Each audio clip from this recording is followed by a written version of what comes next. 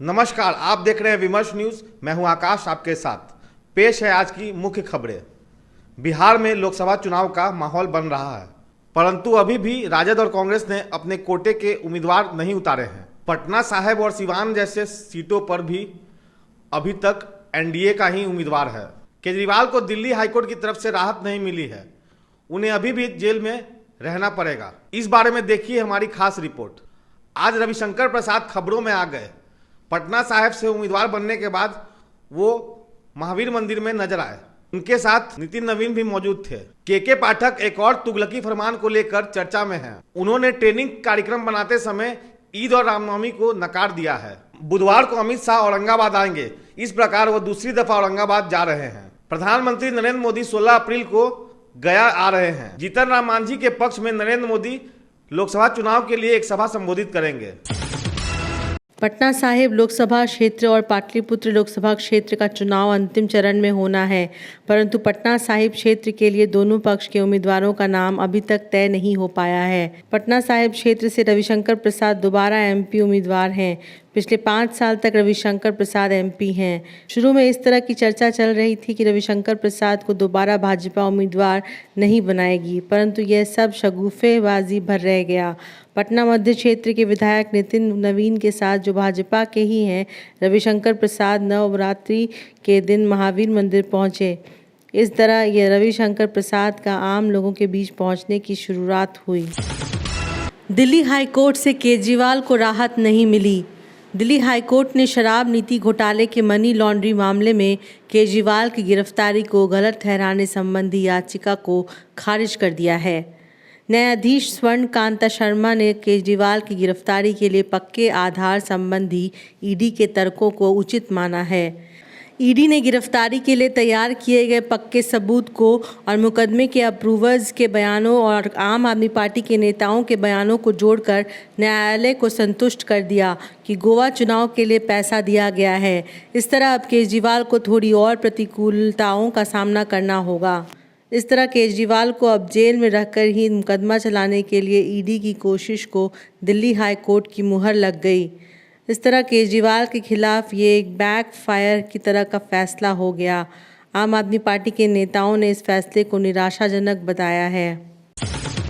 एक शब्द भी आप लोगों ने जितने सवाल पूछे, ना बेरोजगारी के बारे में बात कर रहे, ना महंगाई के बारे में बात कर रहे, ना बिहार के पलायन के बारे में बात कर रहे, ना बिहार में गरीबी मिटाने के बारे में बात कर रहे, ना बिहार में निवेश की बात कर रहे, ना बिहार में कारखाने खोलने की बात कर रहे हैं, ना बिहार में किसानों का आय दुगुना कैसे हो, ना इसकी बात कर रहे हैं। आप लोग केवल मोदी जी की बात कर रहे हैं। हम लोग तो चाहते हैं कि बिहार के जो 13-14 करोड़ जो जनता है, उसकी खुशहाली कैसे हो, उसकी तरक्की कैसे हो, इसके लिए तो बोलिए। बिहार में रामनवमी और ईद जैसे महत्वपूर्ण त्योहारों के दौरान शिक्षकों को ट्रेनिंग के काम अलग रखने के लिए सोमवार को सीएम नीतीश कुमार को हस्तक्षेप करना पड़ा।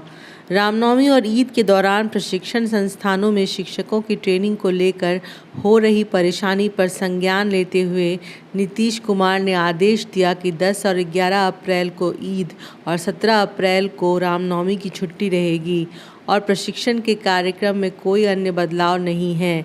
शिक्षा विभाग की ओर से जारी किए गए प्रेस नोट में इस बात की जानकारी दी गई है। शिक्षा विभाग को ऐसे मामलों को अधिक संवेदनशीलता से देखना चाहिए और अनावश्यक विवादों को सुलझाने के लिए सीएम के हस्तक्षेप का इंतजार नहीं करना चाहिए। सदन के पटल पर संशोधित समय के बारे में सीएम की घोषणा के बाद देर से आने वाले शिक्षकों का वेतन काटना भी गलत है। चुनाव नज़दीक आ रहा है, ऐसे में आज पटना साहिब से एमपी रविशंकर प्रसाद और नितिन नवीन विधायक बांकीपुर महावीर मंदिर में हिंदू नववर्ष के दिन पहुंचे। वहां उन्होंने पूजा अर्चना की, जिसके बाद उन्होंने मीडिया से बात की। रविशंकर प्रसाद ने कहा कि राम मंदिर बन गया है, इसलिए शोभा यात्रा निकाला जा रहा है। इस दौरान उन्होंने सनातन धर्म को लेकर कहा कि सनातन धर्म और चमके, देश आगे बढ़े, प्रदेश आगे बढ़े। हिंदू नववर्ष के अवसर पर पूरे देश को शुभकामनाएं, आपको भी शुभकामनाएं। देश आगे बढ़े, प्रदेश आगे बढ़े, सनातन और चमके आगे बढ़े। यही इस दौरान महावीर मंदिर के निदेशक किशोर कुणाल भी मौजूद थे। और घर में भी ये व्यवस्था हम लोगों का उद्देश्य रहता है कि भक्तों को कम से कम असुविधा हो। इस बार अब देख रहे हैं मेट्रो और सबवे के चलते चारों ओर खुदाई है। कल डीएम साहब आए थे, सब आए थे। हम लोग कोशिश में हैं कि कम से कम सुविधा हो। वहीं बांकीपुर विधायक नितिन नवीन ने रामनवमी पर पटना वासियों को महावीर मंदिर आने का न्योता दिया और कहा कि इस बार की रामनवमी हर बार की रामनवमी से अलग होगी। और हर वर्ष रामनवमी के शुभ अवसर पर श्री राम रथ के पूरे पटना में भ्रमण होता है और राम भक्तों को श्री राम चौक दागुल्ला चौराहे पर रामनवमी के दिन आने का आमंत्रण देता है। इस वर्ष भी ये कार्यक्रम हो रहा है और सभी राम भक्तों को, क्योंकि इस वर्ष तो राम जी अयोध्या में विराजमान हो गए हैं, तो पूरे देश में वातावरण राममय का है और इस बार की रामनवमी हर बार की रामनवमी से अलग होगी। के पाठक के एक फरमान का तुगलकी असर हो रहा है। उन्होंने अब सभी हेडमास्टर्स को निर्देश दिया है कि वह पंचायत के बाहर के बच्चों को दाखिला न लें। इतना ही नहीं, जिन बच्चों को अपने पंचायत से बगल वाले पंचायत में दाखिला मिला है उन्हें भी अपने पंचायत में भेज देना। इस तरह पहले से पढ़ रहे बच्चों और अभिभावकों को कठिनाई हो रही है। के पाठक ने इस तरह का निर्देश देते हुए स्थिति की तरफ ध्यान नहीं दिया है कि पंचायत में कई गांव ऐसे भी हो सकते हैं जिनके हाई स्कूल दूसरे पंचायत में ज़्यादा नज़दीक हो और अपने पंचायत का हाई स्कूल दूर हो। ब्यूरोक्रेट यदि रिफॉर्मर की भूमिका में हो तो उसे ध्यान रखना चाहिए कि वह दूसरे को पीड़ा पहुंचाने के लिए कोई निर्देश न दे। सभी पंचायतों में स्कूल रहें और अपने अपने पंचायत में ही विद्यार्थी पढ़ें। इसका मूल मंत्र पड़ोसपना या नेबरहुड स्कूलिंग है, परंतु पड़ोसपना का ध्यान रख कर के ही यह ज़रूरी है कि जिन गांव के दूसरे पंचायत के हाई स्कूल नज़दीक या अनुकूल हैं तो इसके प्रति उदारता रहे। लोकसभा चुनाव 2024 के बीच प्रधानमंत्री नरेंद्र मोदी 12 दिनों के भीतर तीसरी बार बिहार दौरे पर आने वाले हैं। पीएम मोदी की गया में 16 अप्रैल को चुनावी जनसभा प्रस्तावित है। पहले चरण के चुनाव प्रचार के आखिरी दिन पीएम मोदी गया लोकसभा सीट से एनडीए के प्रत्याशी पूर्व सीएम जीतन राम मांझी के समर्थन में रैली करके वोट मांगेंगे।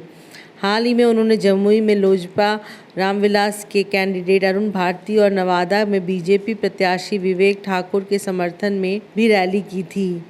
पहले चरण में बिहार की गया, औरंगाबाद, नवादा और जमुई लोकसभा सीट पर चुनाव होने हैं। इनमें से 3 सीटों पर पीएम मोदी तो 1 सीट औरंगाबाद में केंद्रीय गृह मंत्री अमित शाह की रैली बीजेपी ने आयोजित की है। लोकसभा चुनाव 2024 के चुनाव प्रचार का 16 अप्रैल को आखिरी दिन है।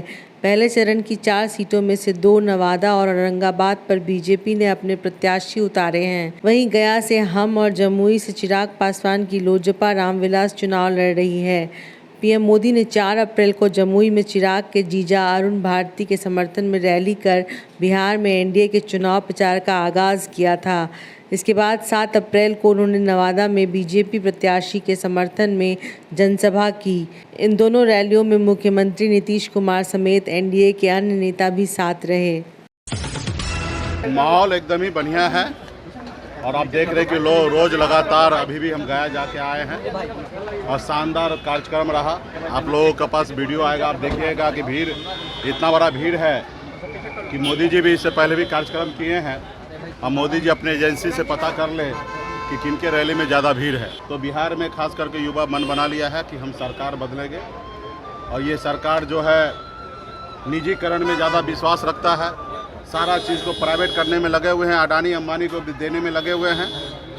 चाहे वो एयरपोर्ट हो या रेलवे स्टेशन हो, तमाम ऐसे जगह जहाँ पे सरकारी नौकरी का उम्मीद होता है वो सब ठेकेदार को दिया जा रहा है। तो ये थी अब तक की खबरें। अगर आपने हमारे चैनल को सब्सक्राइब नहीं किया है तो जल्द जाके यूट्यूब पे सब्सक्राइब कर दें तथा बेल आइकन दबाना ना भूलें ताकि आपको पल पल का नोटिफिकेशन मिलते रहे। फेसबुक पे देख रहे हैं तो लाइक करें, फॉलो करें। तब तक के लिए विदा लेता हूं मैं आकाश। विमर्श न्यूज़ पटना के लिए धन्यवाद।